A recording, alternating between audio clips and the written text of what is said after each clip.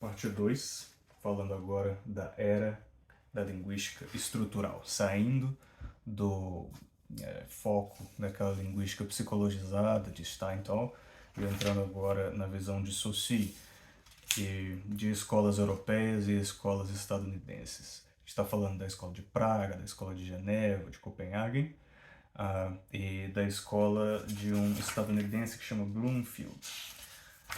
E o que o Graff vai dizer é que Saussure foi muito importante, ele é citado o tempo todo, um tal de Cours de Linguistique Générale, que é esse curso de Linguística Geral de 1922, um livro super famoso dele, deu início a essa era da linguística estrutural.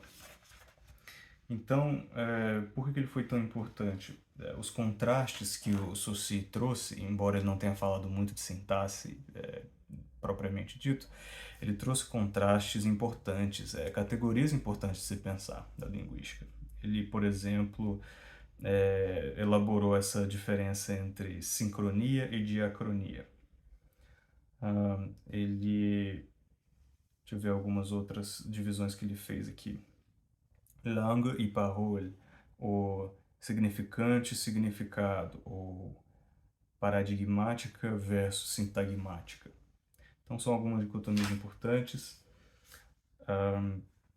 O capítulo vai continuar falando de como a linguística na Europa depois foi desenvolvida nos Estados Unidos e depois que essa, vamos dizer assim, a teoria translacional foi desenvolvida nos Estados Unidos, é que se deu início à nova era. Depois dessa era estrutural, deu início então à nova era, que é a era da gramática generativa. A gente vai falar de Chomsky, de cognitivismo e tudo mais. Então, esse é o arco histórico da psicologia para estruturalista, para linguística generativa. E então, como é que a gente passou de lá para cá? Historicamente, ele vai explicando isso. Ele vai falar também, eu achei interessante, da sintática da linguística funcional, que é uma contribuição muito boa da Escola de Praga. E essa contribuição foi feita com a introdução de uma distinção. A distinção entre o sujeito gramatical e o sujeito psicológico, digamos assim. Então, o sujeito psicológico seria o que a gente chama de tema e rema, theme and rime.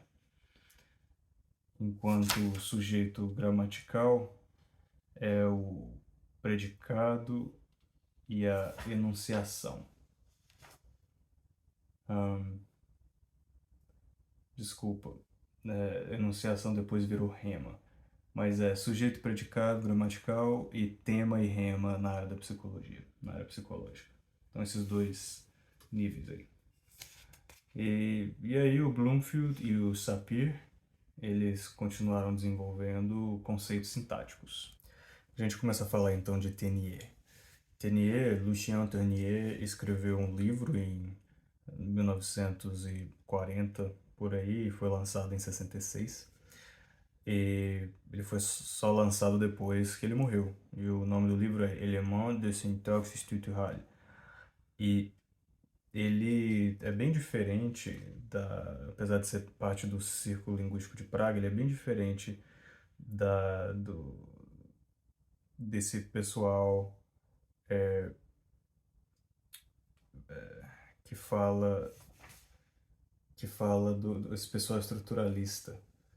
Ele não tem muita conexão com o mainstream estruturalista europeu. Então é legal falar dele porque ele vai pensar em sintaxe de uma forma um pouco diferente. Ele vai dizer, por exemplo, que basicamente sintaxe só existe por conta de conexão, connection. Então, uma frase como Alfredo fala, isso é uma frase, Alfredo fala, não tem dois elementos, tem três elementos. Alfredo fala e a conexão extraverbal entre essas duas coisas. Então, o que conecta essas duas coisas é o que ele chama de sintaxe. E ele é um fato hierárquico. É uma relação de dependência entre esses dois elementos. Fala, conectada com Alfredo. E ele até representa isso graficamente. Ele coloca fala em cima, Alfredo embaixo. Uma outra frase como meu amigo canta essa música bonita. Meu amigo canta essa música bonita. 6 palavras. A hierarquia fica o seguinte: lá em cima, canta, divide em amigo e música. Então, canta, amigo, música. E aí, dentro do núcleo de amigo, debaixo do amigo, ele coloca meu e antigo amigo, meu antigo amigo, né? Desculpa, esqueci do antigo. Então, amigo, meu antigo, música, esta bonita. Canta lá em cima. Então, canta, amigo, música, debaixo de música, esta bonita, debaixo de amigo, meu velho. Meu velho amigo canta esta música bonita.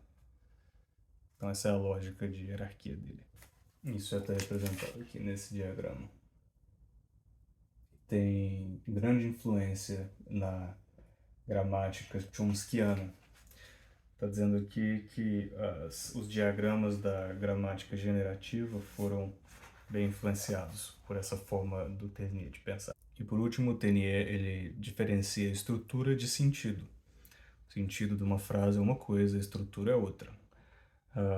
A lógica de uma frase ela é linear, só existe palavra que vem antes e depois, enquanto a estrutura de uma frase ela pode ser multifacetada, com aquelas conexões, aquela, vamos dizer, árvore de decisões. E ele foi bastante influente na segunda escola de Praga, que veio bem depois, na segunda metade do século XX. Mas durante o tempo dele não teve muito reconhecimento. Então é isso, é uma contribuição interessante. E o capítulo continua falando então de outros desenvolvimentos da sintática estruturalista, vai falar de Frey e Mikas, da sintagmática deles. Ele vai falar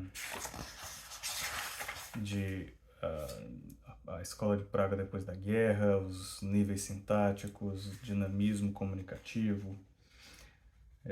A gente começa a ver alguns exemplos de linguagem simbólica aqui na página 203. O De Groot, que é um holandês, também desenvolveu um sistema parecido com o do Ternier. Se olhar a lógica desse gráfico aqui, ela é parecida com o do Ternier, dizendo as pequenas crianças cantam. Aí você coloca aqui, em primeiro lugar, cantam as, e depois, subordinadamente, pequenas crianças, um do lado da outra. Essa hierarquia está aí também. Para terminar o capítulo, o gráfico fala do approach transformacional. Ele vai citar o linguista Harris, acredito que seja estadunidense, e o Harris introduz essa ideia, né, de kernel, o cerne de uma palavra. E ele formalizou a noção, essa ideia também de transformação, uma linguística transformacional. Difícil explicar, difícil para mim até entender, porque cada linguista escolhe um jeito, uma terminologia diferente. Então é muito denso para eu entrar nisso aqui, para eu mesmo entender e para eu mesmo explicar, ficaria muito longo. Mas tá aqui o traçado histórico da origem da gramática transformativa e generativa de Chomsky.